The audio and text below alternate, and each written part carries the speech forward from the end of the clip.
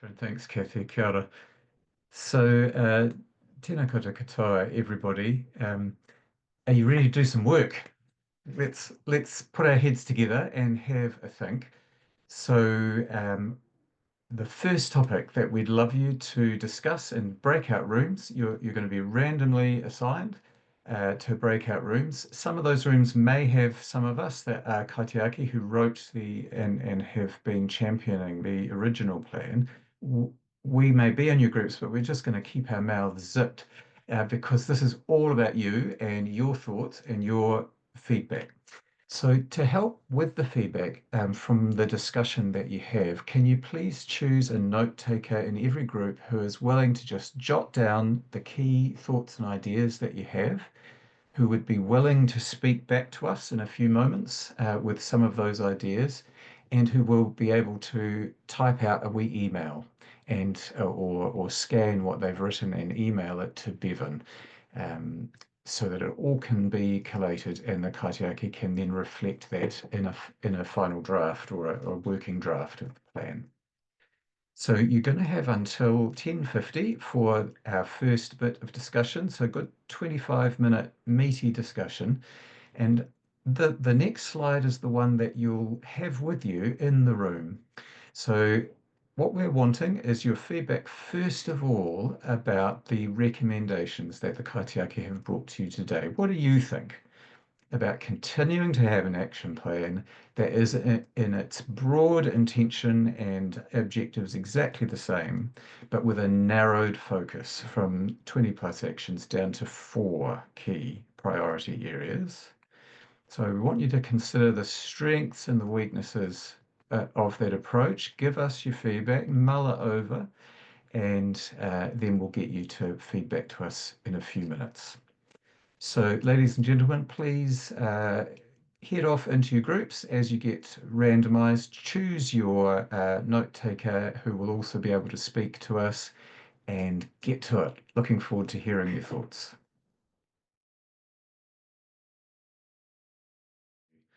Look, what we would like to do now is rather than just get feedback immediately, we will do that verbally in just a minute, but we want you to think about a different issue and a different question. So just put to one side your response to the recommendations that the kaitiaki have made about basically keeping the thrust of the plan intact, but narrowing down its action points in the way that we've described. What we would like to do now is more of a sort of thinking about other things that may be really important to you and that you think are so important that you want to get that message out because you think everyone should see these things as important. The things that are close to your heart. Now, they may be things that are already in those 4 recommendations, the 4 priority actions that the kaitiaki have suggested, or they may not. They may be something quite different. So if we can just have the next slide. If you think ahead to 5 years from now, so if we're sitting at having this discussion as a network at the end of the second National Action Plan, what are the things that would make you feel really satisfied that the second plan hit the target correctly? What would make you feel satisfied that the things that are closest to your heart have developed in the dementia sector?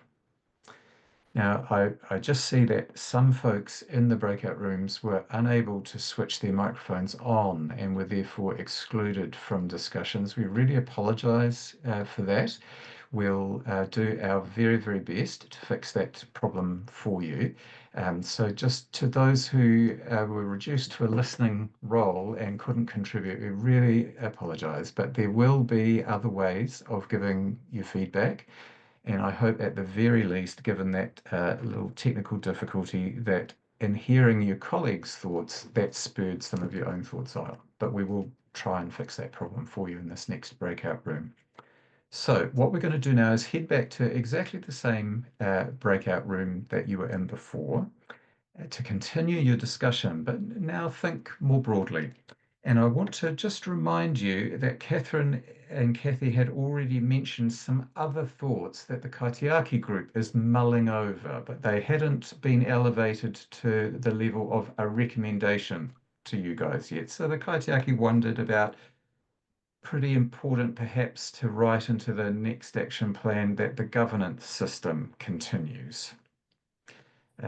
Maybe it's pretty important to write into the next action plan that whatever comes out of those Budget 22 pilot programs is capitalized on and not lost. That it might be very important in the next action plan to focus on key indicators that tell us whether we've succeeded or not succeeded with some of these ventures. And finally, the aged care review of funding and models of care that is sort of in the ether at the moment, while the health reforms are reformed. Um, we don't want to lose the focus of that on better, more sustainable, but better funding of those important parts of the sector, home-based support services and aged residential care. So those are some things that the Kaitiaki have floating around. What do you have floating around? So we'll go back into our breakout rooms, and the topic of discussion is on other things that might be on your mind, or strong endorsement for something that's so close to your heart. We've already said it, but that's your main thing. That's the hill on which you would raise your flag and fight to defend progress. Thank you very much for your further discussion. Just let everyone hop back in. Right, kia ora tātou, welcome back, everybody. Let's hear back from some of our spokespeople and just discuss together some of the key messages that come back. This will help us tremendously as the core kaitiaki who are going to rewrite a draft of this plan and send it all out to you for review and comment again before a very final draft is put together and then confirmed. So that will be the process. This is not your last chance as a network to contribute to a revised or refreshed plan. So I wonder, is there anyone from perhaps breakout room 1 who is prepared to speak to your kōrero and just share some of the maybe 1 or 2 key thoughts to start with about your 2 conversations? Kia ora. I'm Amy. I'm the comms advisor at Alzheimer's New Zealand and spokesperson for Room 1. So we had a mix of people, including people from rest homes, a care partner, and someone who's doing some work for the Dementia Alliance International, so a whole range of perspectives. On the first question, there was a very general support of the approach done by the kaitiaki, with the acknowledgement that even if we'd gone, even by having the 4 actions, once you break them down, you're still going to get back to the 20 actions anyway. And there was just a really strong feeling that what we really need is the buy-in from both politicians and the bureaucrats, and some really strong funding to make sure we can make some real change for people. That's awesome, Amy. In group 2, just on that first issue, our first discussion, anything you'd like to add or strengthen to what Amy shared? Hello, hi. Can you hear me? Yes, hi. I'm Griselda. I'm an occupational therapist and I work with people predominantly with dementia. I've been in day programs and I work with them cognitive stimulation therapy and so on. We had a lovely diverse group of people working in aged care and also many with lived experience. We had a psychiatrist with early onset dementia. and as well as a lady whose husband has early onset dementia. And we really had a really robust and interesting discussion. We were in agreement with the four issues broadly covering the 20, and we agreed that keeping it simple and direct to those four was probably better, because the government probably and funders would probably be easier able to focus on 4 things rather than 20.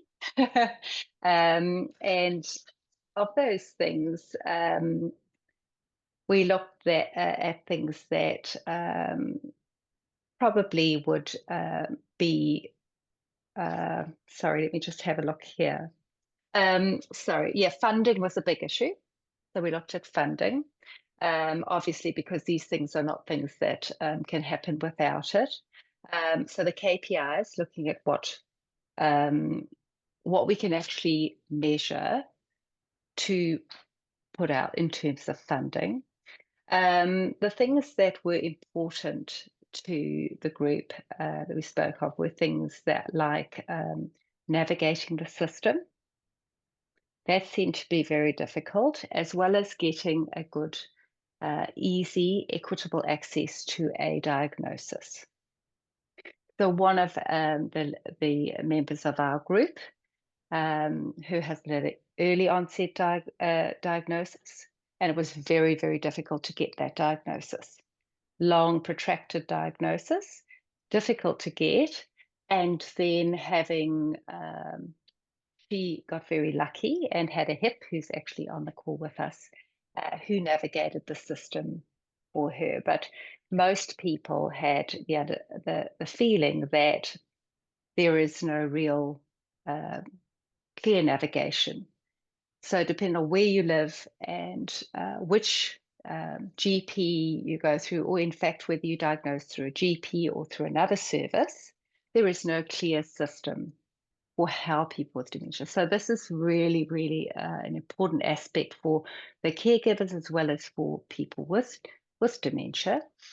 And we all spoke about the fact that her excellent situation and how it was handled was because a HIP was involved and took her through all the way through. And so we thought that could be a really good use of an existing service. And all along we've looked at possible existing services.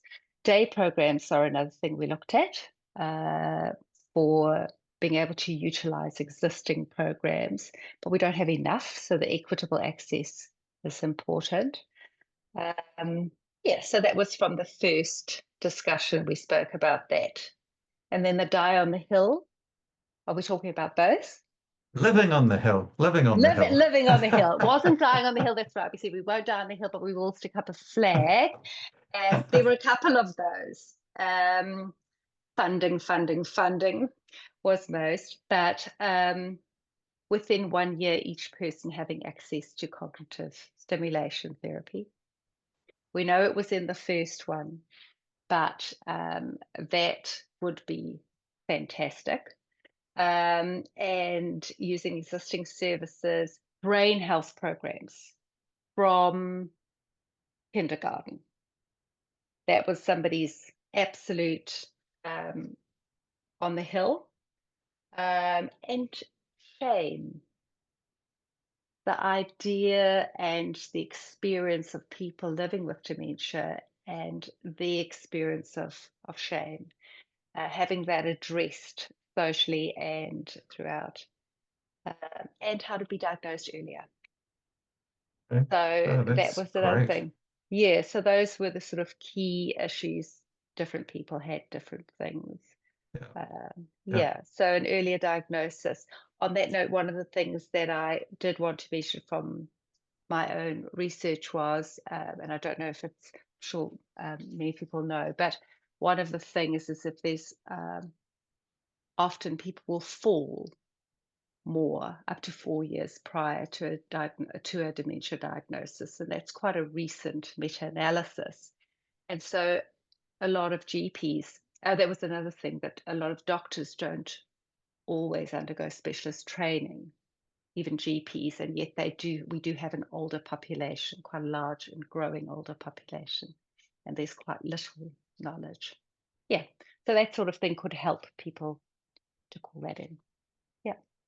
Sure, Griselda, thank you for No problem. representing what was clearly a great discussion in Group 2.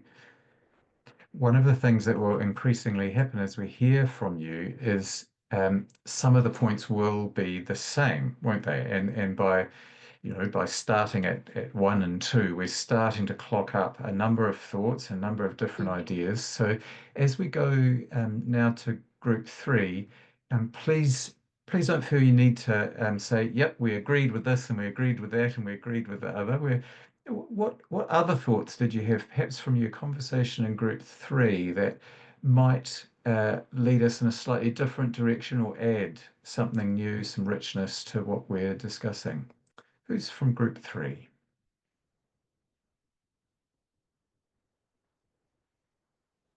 I'm from some group, Matthew, but I don't know what group I was in. Sorry, am That's I? fine, Lenita. Welcome. Well, I do group. I'll do Group 3, seeing nobody else is speaking up because I'm doing. Thank you, Okay. Lenita. In terms of the 4 objectives, overall, we thought it was a really good approach. We just going through them just quickly. The first one, the timely and accurate diagnosis, yeah, sure, but we're really concerned about the awareness for people to get that timely and accurate diagnosis. So there needs to be some focus put there, and not only on the awareness, but on the in some communities, most communities, it's really difficult to get to GPs. But there are alternative pathways that can be used other than GPs, and maybe those just need to be made more. People need to be made more aware of that, and that might mean more people can get a more timely diagnosis. In terms of the equitable funding, we didn't have much to say. In terms of the workforce and care partners, what does better support mean? We thought that was a bit vague. That needs to be clarified a little bit. We know that there's wide variation in terms of equity across in provision for workforce and care partners, or particularly for care partners across the country. So what does better support mean? And the brain health program, we think it should be easy because there's so much research, so much information, but it's the one thing that's really in the hard basket. And so it's how to get it prioritised. So it must need a shift in approach somewhere. In terms of what we'd like to see in 5 years, we'd like to see realistic resourced pathways across the country for an accessible diagnosis. We'd like to see more sharing of what works, because there's some really good models in some places, but sometimes they're kept secret. They're not really shared. So sharing of that what works. We'd like to see equitable resources for caregivers, care partners, rather than the formal caregivers, but for care partners. Early diagnosis, and we talked about KPIs a little bit. We'd like to, a national support package for care partners. We thought would be a great idea if we could get that national support package. In terms of KPIs, we thought that would be a good idea, and a couple were proposed: funding per population for diagnostic support, and funding by population for day programs and for respite. So that's where we got to. Thank you. Great. That's really good feedback and some detailed thoughts. I want to highlight for everyone something that makes my ears prick up, just not because it's the most important thing that Lenita shared from her group, but just because it highlights a tension in writing an action plan, that if any of you discuss this in your groups, be useful to have your feedback. And the tension is this: if you pick an action area like, for example, improving things for the workforce, you can choose to leave that as a general thing in an action plan. So you highlight an area, but you don't specify in the action plan what should occur in the area. You just specify direction it should go in, which is better. Or you can specify something very practical and concrete. So you can say, we want all health professional training programs in New Zealand, whether they're physiotherapy, medicine, or nursing, to include a dementia specific module for all new graduates. So you can make a very specific suggestion. And there's advantages to specific suggestions, but also disadvantages. And there are advantages to general statements, but disadvantages. And I think Lynette's group highlighted that neatly when they said, what does it mean, better support for workforce? Well, the original action plan that we've been trying to work to for 5 years had a mixture of specific and general actions on purpose. But this is a tension. I'm not saying that that's the right way to go. So any feedback from other conversations groups had on that issue, I'm interested in it as someone who's going to write the next draft together with my colleagues. Group 4, are there any thoughts that you would like to share with us that sort of take our conversation on a little bit further? Kia ora, Matthew. Like Lynette, I've got no idea which group I was in. So if group You were 4 group 4. Good on you, Tracy. Hallelujah. Great. Yeah. Good on me. Hey, so group 4, there was basically myself and Cheryl and some other people who couldn't unmute themselves. And we also had Alistair and Matthew in our group. So Cheryl and I, we were talking about that we think the 4 points are reasonable, and we think that they give a broad enough coverage, covering various groups within Aotearoa to hopefully make this come to action. We thought it was proactive. We loved the brain health. There was nothing more discussion around that. And then there was a bit of discussion on point 1 around timely and accurate diagnosis and the comprehensive management plan in primary healthcare. And we were just wondering how much influence we would have on the management plan in primary care. We can do some, but we don't have a lot of influence maybe on doing that. And so we were thinking, Cheryl raised, if GP practices are going to get an injection of cash and funding, will some of that be fed into this? Is there some way we can say that that funding could go into developing a comprehensive management plan for the diagnosis? And the other one was point 3. We had a similar question like Lynette's group, like what does better support for workforce and care partners and whānau actually mean, and what does that look like? And from a broad perspective, that's great, because that means we can interpret it in a way that could be most useful the community we're living within and working within, or maybe it's so broad that nothing happens. So we did have a discussion around all that, and we talked about education.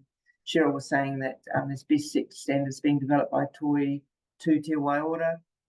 And then I was just saying with Carers NZ, they would be all supportive of this, more support and paid for care partners as well. And then it was talked about the plan, should it stay at 5 years, or should the time frame be reviewed as well, given that we've reduced it down to 4, thinking about 4 points, and should it be reduced down to less than 5 years? But no matter what we would like to see is a cross-party support in government. That's what we believe will be the one that will support some success. Was there anything else, Cheryl? Anything you think I missed? Don't know, other one colleague that I was yakking with. No, thank you, though. I think you've done fine by us. Thanks, Cheryl. And then the next thing, the part 2, we talked about Māori perspective, and that we know it will stay and not be lost in any of the publications, and talking about equity, rights, people-centric or people-directed, being focused on rural areas, because once again, it's that postcode thing. We talked about that. Primary care are not referring into mate wari services, so just keeping that as an ongoing focus. And then we talked about some key pieces of progress that maybe Alistair could have commented on, which he did, around people who have mate wari, what would they like to see happen, what would some key pieces of progress could be.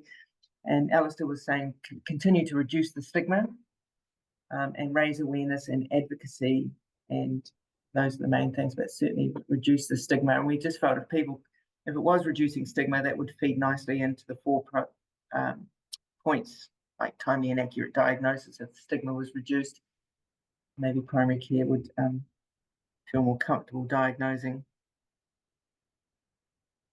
Sorry. No, please.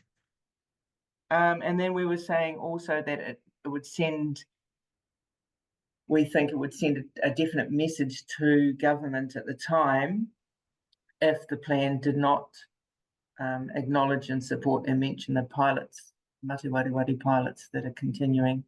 So we felt that needed to be included in that. That's Right. it, I think. Thank you, Tracy.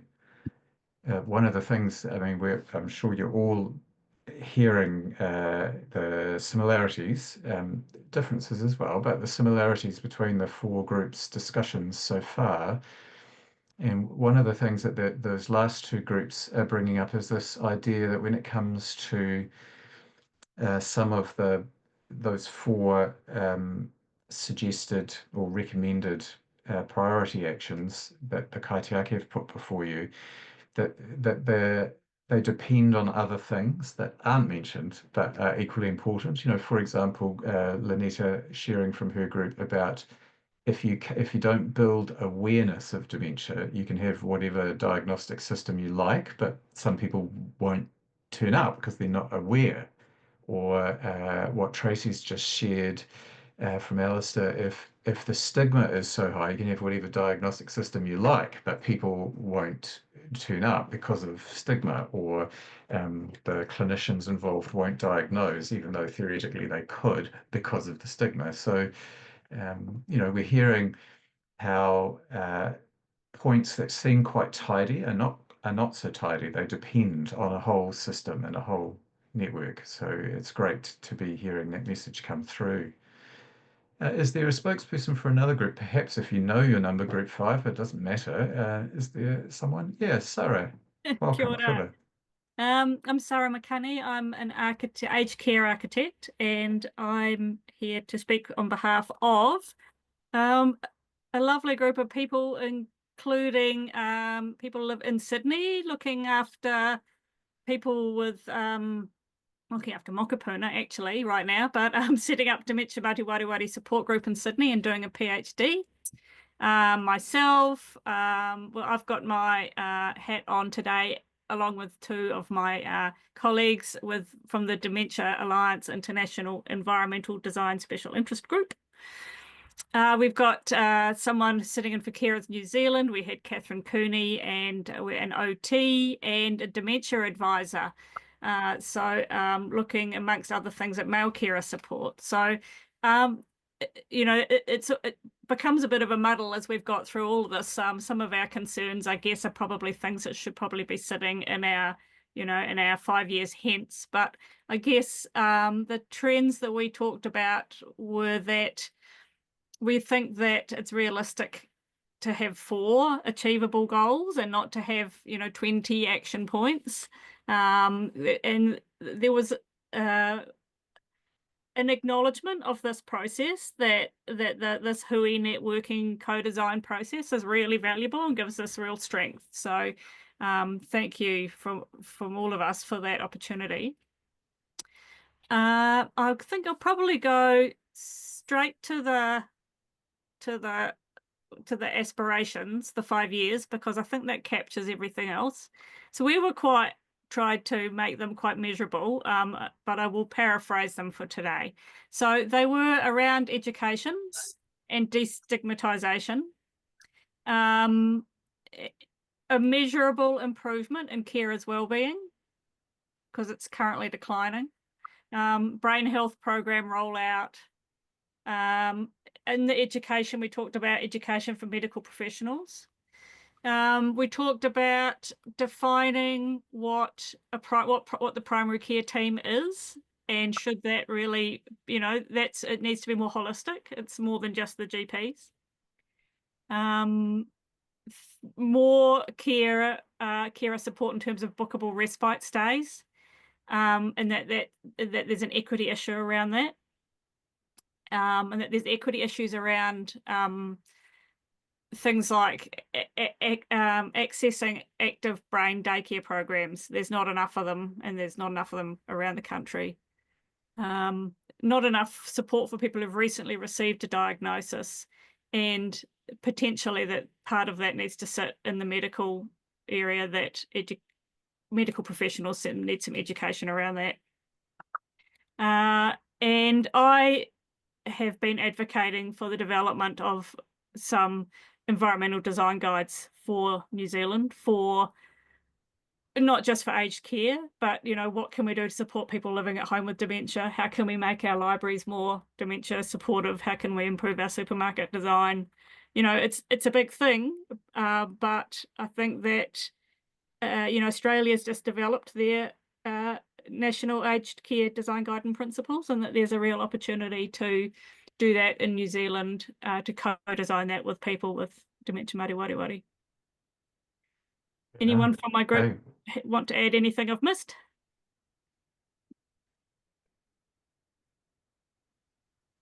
That's superb, Sarah. I particularly like the way that your group wanted to try and find language around its where do we want to be in 5 years, with a thought to how would you know that you've achieved it, measurability, or so thank you for bringing that into the mix. I wonder, is there now someone from one of our last 3 groups that haven't spoken that can add some extra thoughts that Group your 6. Conversation? Great. Hi, Megan. Hi. Kia ora. Hi, Group 6. Look, you've said most of what we discussed as well, and just in different ways and different sort of tweaking of the words. But we agreed on the 4 priorities as a really great starting point. We looked at integrated models enhancement, including those marginalised communities. The opportunity is currently ripe in the health space at the moment, because there's a lot of disarray. Opportunities can rise out of that disarray. So that was one of the themes we had. We looked at support for key worker and navigation role, availability and alignment to contracts. These are sort of things that can be ongoing, but to include more contracts that hold those navigational key worker roles. Public information, as other people have talked about. There's some good examples that one of our lovely people in the teams raised around some public awareness programs in Australia that we could lever off, and ensuring that clinical training, like you've mentioned before, is upskilled in appropriate areas. So we won't go into detail because you've mentioned it before. So clinical training for clinicians that is appropriate for health professionals. In the second part, in the second discussion, should I go on to that, Matthew, and make that quick? Yes, please. We had some excellent, so we only had a very small portion of our group that were talking. This came from Karen. So she wanted some increased public information. So your aspirational goals were around brain health, mild cognitive impairment, and dementia awareness raised. She would like the increased capability around diagnosis, to be, actualized, especially around shared models and identified specialised services. So, for example, just different models, not like all general practices being upskilled to support dementia services, maybe selected services. So looking at the whole system and as a starting point. And she would aspirationally hope for appropriate funding. and especially around that first year of diagnosis and the support required for partnership between clinicians, key workers, navigators to support that first year. And Jackie talked about quality conversations to include kindness and compassion, and I guess that links into that lowering of stigmatized language and inappropriate language that we use quite commonly. Importantly, one of the things that hasn't been raised yet that Jackie raised was the use of AI and synthesizing information to avoid duplication, information sharing, AI companions, apps to assist people from day to day, not as a substitute, of course, to face-to-face things, but that aspirational goal of the use of AI in dementia space could be, of course, that goes along with the funding, Matthew. And my only aspirational goal was just to improving that early intervention and diagnosis. So very, very early diagnosis, but that is dependent on the whole system improvement. Thank you very much. No, that's Anyone on the great. team have Thank you. anything else to add?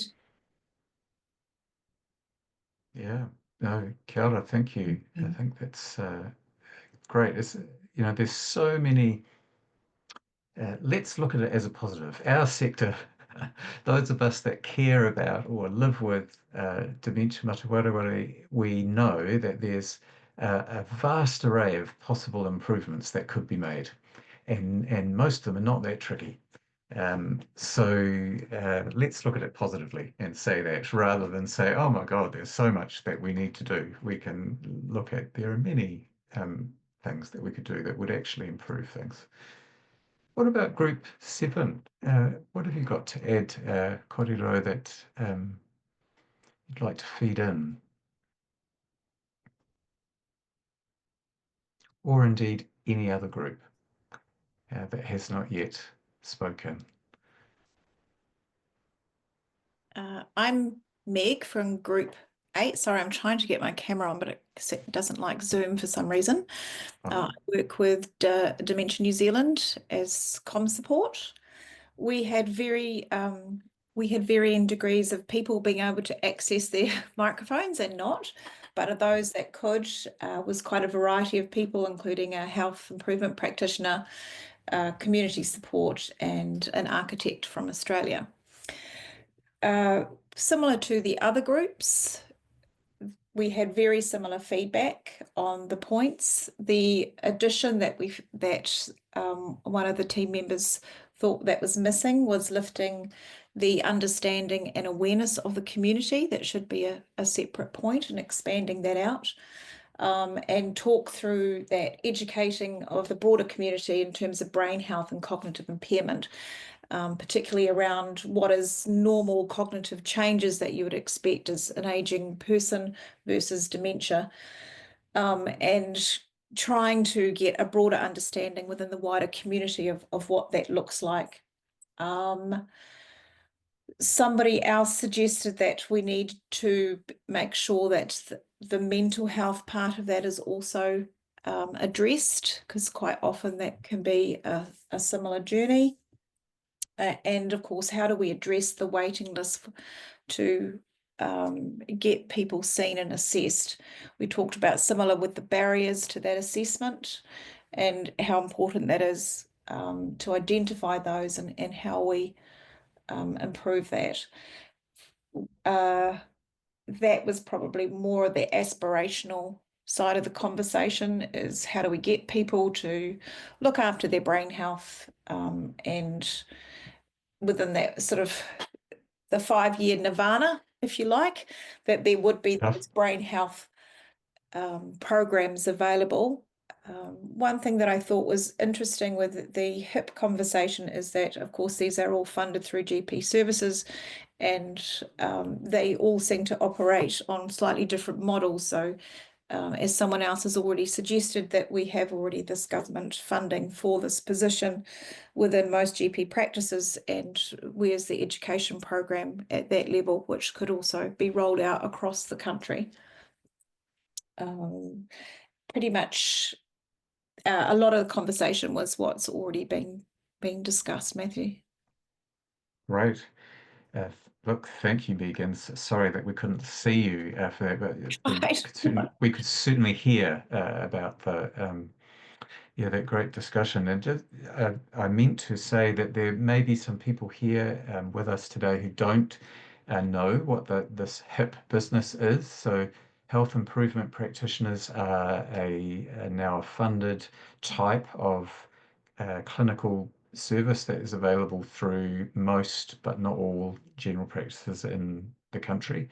And their focus is on rapid, no huge waiting list support for people with advice and walk beside you support for you and the whānau in terms of well-being and wellness and health improvement, including mental health. So a great service. Health improvement practitioners and health coaches are the two types of personnel that are now available around the country, and we're increasingly seeing with some great leadership in various spots around the motu, how this can really benefit families that are wanting to improve their cognitive health as well. But I just add one more thing that I Yeah. thought very interesting from Jonathan in our group. He was the architect from Australia, and he was talking that the design school works quite closely with the Dementia Centre, and talking about those small little steps within the built environment that can improve people's lives. And it doesn't have to be that they're new builds, they're existing homes. And I thought that piece was really interesting, and I'm pleased to see that that's kind of collaborations are happening. Yeah, thank you. That's one of the things that if this network can continue, I've really enjoyed about what you've been doing together as a group is that you do bring in a lot of different voices, and it means that when we're running education sessions through this network, we've had some amazing people from totally different parts of the dementia sector, but we're all working on the same thing, being able to lift us up and take us all forward. So I've really enjoyed that and certainly want to see that continue. I've just found out from our technical crew, we think we understand why we've had such a problem with microphones for this meeting. So we don't offer this to you as an excuse, but just to let you know that we think because we tried to record all of the breakout room discussions as well as the main meeting, just so that we didn't lose any of your ideas, that somehow that has tripped the switch with some of your microphones. We've never done that before, and we have certainly learned from that experience. So huge apologies once again that intention, which was good, may have led to that problem. Group 8, I think you're our last group to share some words. Is there anyone from Group 8 who's willing to share any extra thoughts that you mulled over? Or indeed any other group of any number that feels they've got something extra to add? Sorry. Natasha. Yeah, kia ora. So I work for Carolyn Cooper, the Aged Care Commissioner. We just had a discussion about, having that patient journey and person-centered language. So rather than thinking about just that diagnosis point, but the sort of and then the diagnosis and post-diagnosis, and then also that need for culturally safe care post-diagnosis for people throughout the country, especially people living rurally or in areas where there aren't culturally appropriate services. The real shift in that would make a big difference, particularly with so many older people, including kaumātua, older Māori and others living rurally. Thanks. Great, thanks, Natasha.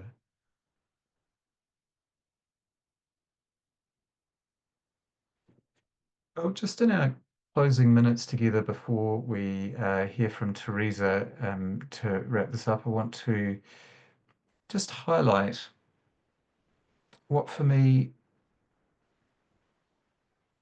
is the core message from your thinking that I'm hearing, and it leaves me in a difficult position as one of the people who will be writing a draft for you. I'm gratified that you've all said 4 actions, even though we might miss some things, is going to be more achievable thing, a way to respond to the fact that we've had a 20+ action plan that, although lots of good things have happened, very little of it has been progress in partnership with government. So you've all endorsed that, and then you've gone on to list 20+ actions. And that's because they're all really important and they all link together. So it's artificial to say, we'll just talk about this action, we'll ignore that action, because actually the two interface and interact. This is why the previous action plan had 20+ actions, because they're all interlinked, they're all important.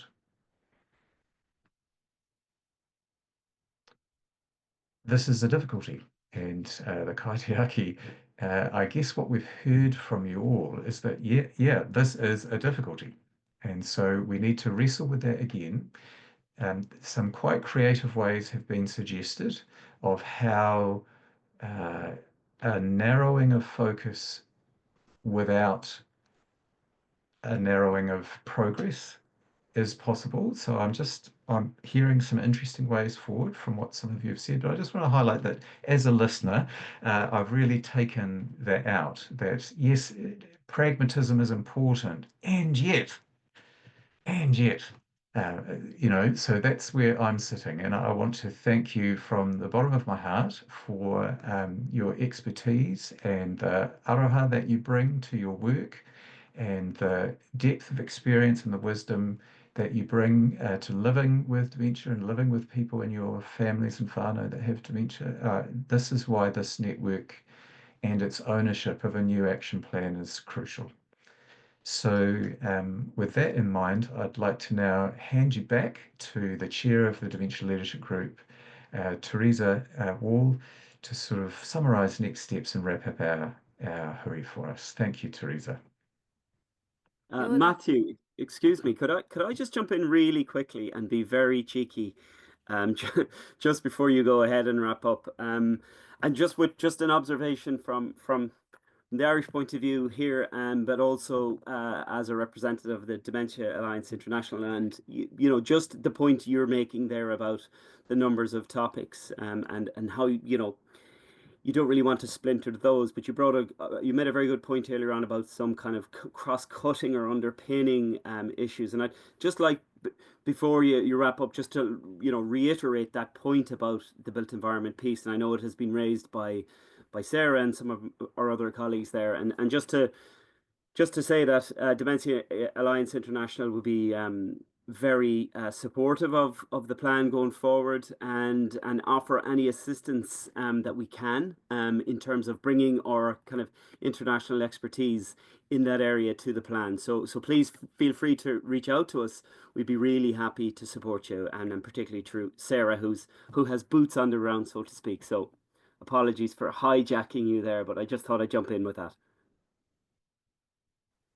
Kia ora. So thank you for your input into the workshop, and the great information that you've given, and the challenge actually, as Matthew has identified. It's while everybody has almost universally said, yes, let's go with these 4 big areas, within that, people have identified particular, what would you call them, approaches that needed to be incorporated in there. So I just wanted to pick out a few that I had heard. Again, I think Matthew himself has identified the use of existing workforces in the system. So clearly identified that there's the potential for using the health improvement practitioner role as a mechanism for improving the engagement in primary care. There's also a couple of points about primary care, and that maybe the funding will just go to organised general practice as opposed to the broader community-based services in primary care. So we need to be cognizant of that so that there's not that sort of capture. And the other thing about the workforce was about, I think an interesting point that was made was, should we be really talking about existing professional workforce training and developing a module for those particular professional groups, so that they're being brought up to speed about what it is, what their contribution would be in the care of people with dementia. Because also we have to be cognizant that this population is going to grow, because as our population ages, there will be an increase in the number of people who will have dementia. And unfortunately, while we as a system have talked about the growing aging population, we always seem to have thought that it was somewhere over the back hill and not realize that actually we're here already, and we're behind the 8 ball in developing proper services for people who, for our aged population. A couple of other things that have been raised is the need for